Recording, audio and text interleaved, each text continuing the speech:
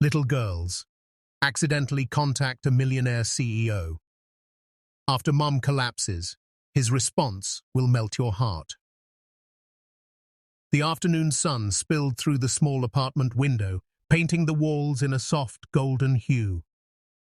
Sophie sat cross-legged on the carpet, carefully brushing her doll's tangled hair with an old plastic comb.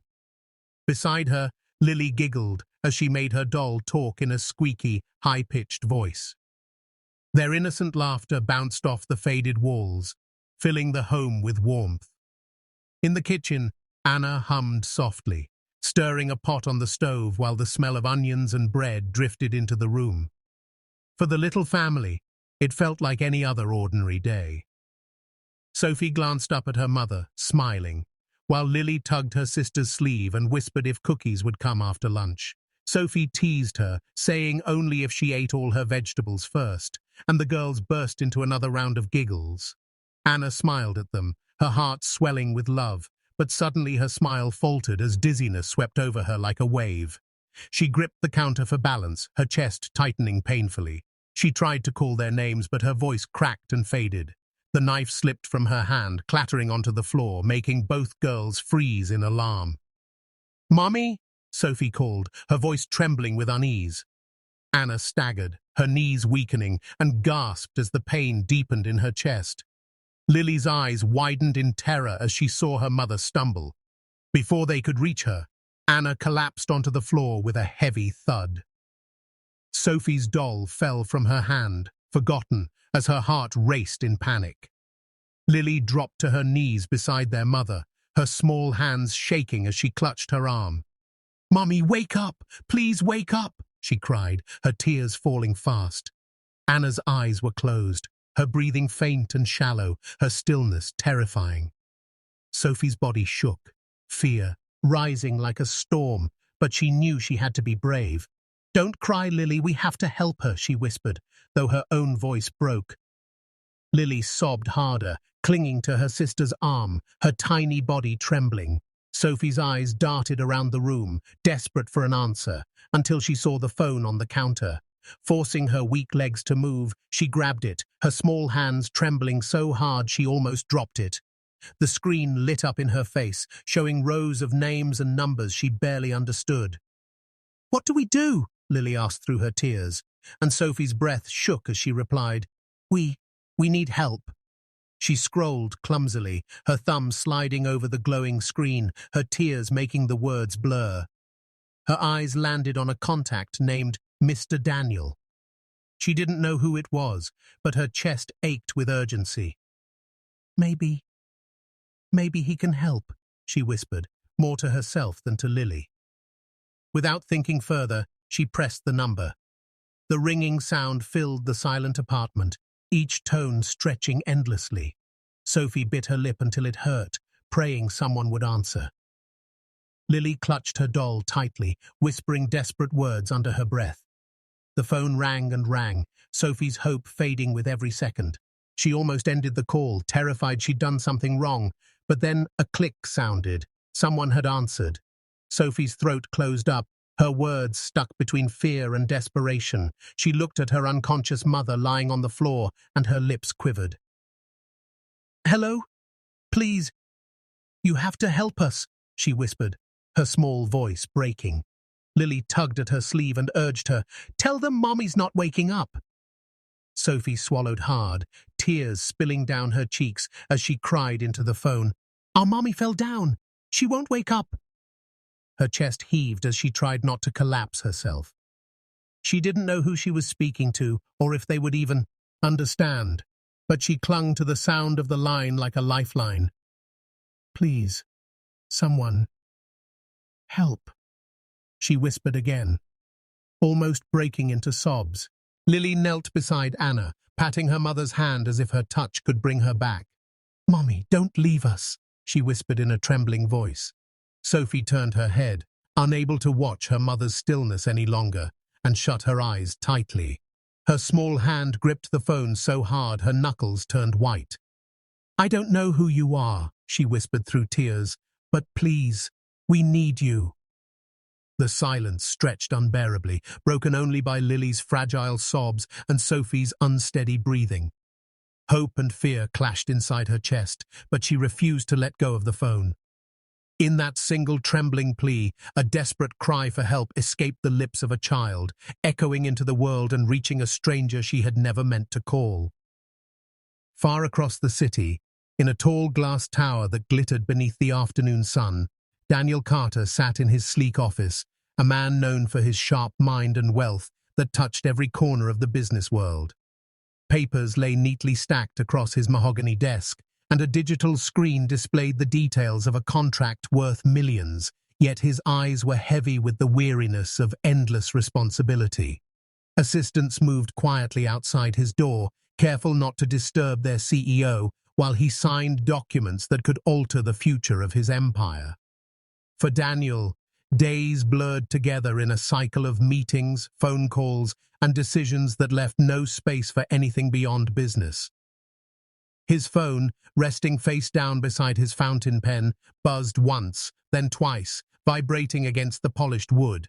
He frowned, glancing at the name that flashed across the screen, an unfamiliar number. Normally, he would let it pass, as he rarely entertained unknown calls. Yet when the buzzing continued, insistent and unrelenting, something inside him stirred.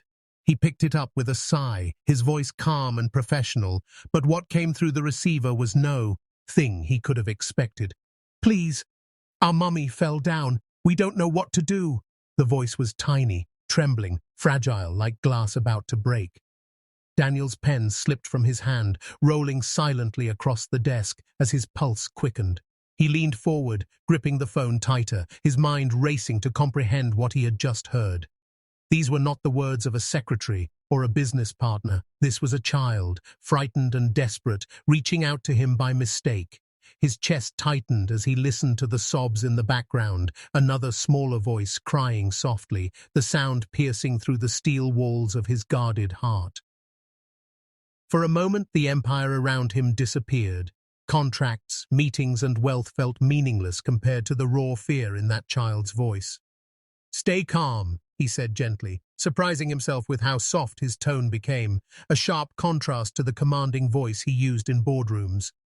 "Tell me your address, sweetheart. I'm coming right now." He grabbed a pen, scribbling down the shaky words of a child reciting a street name between sobs, each syllable heavy with urgency. His assistant knocked lightly on the door, reminding him of the investors waiting in the conference room, but Daniel didn't even respond. He shoved back his chair, standing abruptly, his polished shoes clicking against the floor. The assistant peeked in, startled at the sight of her usually composed boss with fire in his eyes. "Cancel the meeting," he ordered firmly, already striding toward the elevator. She tried to protest, stammering about contracts and deadlines, but he cut her off with a wave of his hand. "This is more important." His phone stayed pressed to his ear as he moved swiftly, listening to the muffled cries on the other end. "It's okay," he assured the little voice, his words steady, though his heart was pounding. "I'm on my way. Don't hang up. I won't leave you alone." The elevator doors slid shut, his reflection staring back at him, but for once he didn't see the powerful CEO. He saw a man who had been chosen, by accident or fate, to answer a call for help. As the numbers descended floor by floor, he thought of the children, strangers to him, yet now bound to him by desperation. He stepped out into the bustling lobby, ignoring the curious stares of employees as he pushed through the revolving doors. The city roared with life outside, but Daniel's world had narrowed to a single mission, reaching those little voices before it was too late. Daniel rushed into the street, his polished shoes pounding against the pavement as he flagged down his driver, ordering him to start the car immediately. The engine roared to life, and the sleek black vehicle surged forward into the chaos of the city, but almost instantly they were swallowed by traffic. Horns blared, cars crawled bumper to bumper, and the frustration of drivers only deepened the gridlock. Daniel gritted his teeth, tapping his fingers anxiously against the seat, his usual composure gone. Every red light felt like a dagger piercing through time, each second dragging while two little girls sat helpless with their unconscious mother. He leaned forward, urging the driver to take side streets, to cut through alleys, anything that would move them faster. His chest tightened with a strange pressure he had never felt before, not in business, not in wealth. This was fear, raw and unfamiliar, a fear of arriving too late. His phone remained open, the faint sound of muffled crying still on the line, anchoring him to the urgency of the moment. "We're close, just hold on," he muttered, though the children couldn't hear him. He glanced out the window, the blur of buildings passing like shadows, but all he could picture was a tiny hand clutching a phone, trembling with hope that someone would come. His wealth, his empire, the skyscraper he had just left behind, none of it meant anything now. What use was power if he couldn't save the fragile Lipal, Vez, depending on him? His mind, usually sharp with numbers and strategies, was now consumed with a single prayer. Let me reach them in time. Meanwhile, inside the small apartment, Sophie sat on the floor, her arms wrapped tightly around Lily, trying to shield her from the terrifying stillness of their mother. Lily's tears soaked her sister's shirt as she buried her face against her, whispering, "I'm scared."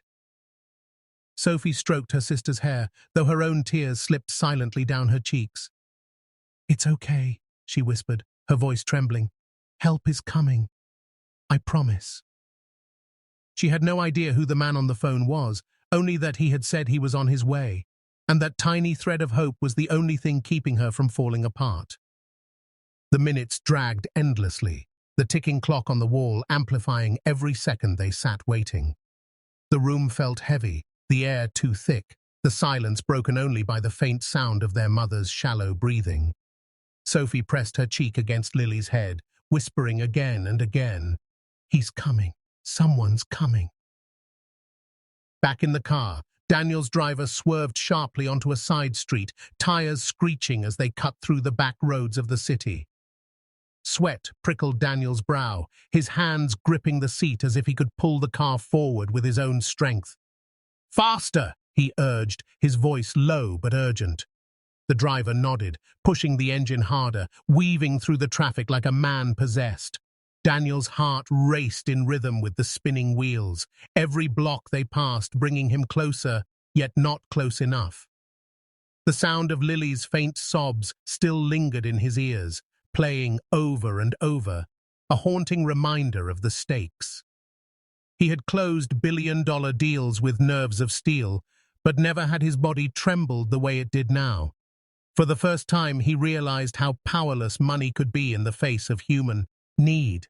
Every delay felt like failure, every honking horn like a cruel reminder of the fragility of time.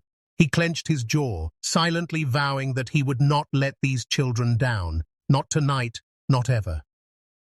And as the city lights blurred past, Daniel Carter, a man of power and fortune, sat in the back of a speeding car, carrying with him the weight of two little hearts that were counting on him to arrive before it was too late. The car screeched to a halt outside a modest apartment building, its worn bricks and cracked steps standing in stark contrast to the polished life Daniel usually knew. He didn't wait for the driver to open the door. He leapt out, his long strides carrying him across the uneven pavement, as if the ground itself might swallow precious seconds. Clutching the phone tightly, he found the apartment number and hurried up the dim stairwell, his chest burning with anticipation. He reached the door, his knuckles poised to knock, but it swung open before he could, revealing two wide-eyed girls, their faces streaked with tears. They froze, staring up at the tall figure in a tailored suit, the last person they had expected to see. Sophie's lips trembled, but something in the man's eyes, an unspoken gentleness, kept her from running. Daniel crouched low, lowering himself to their level, his voice soft yet steady. "It's okay. I'm here now." His hand hovered near the frame, careful not to frighten them. He peered past the girls and saw their mother lying motionless on the floor. His throat tightened, but he forced calm into his voice as he pulled his phone back out. Within seconds he had dialed emergency services, his tone firm and commanding as he relayed the details, his businesslike precision now serving a far greater purpose. "Ambulance. Apartment 2B. Female unconscious. Send help immediately." Hanging up, He turned back to the girls, who stood clutching each other's hands like lifelines. "Don't worry," he said again, softer this time. "Help is on the way." He slipped off his jacket, the fine fabric whispering against his shirt, and gently laid it over Anna's still body to keep her warm. The girls watched him with a mix of fear and awe, their small bodies trembling as if the weight of the world had fallen on their shoulders. Daniel lowered himself onto the floor beside them, not caring about his immaculate suit brushing against the dusty carpet.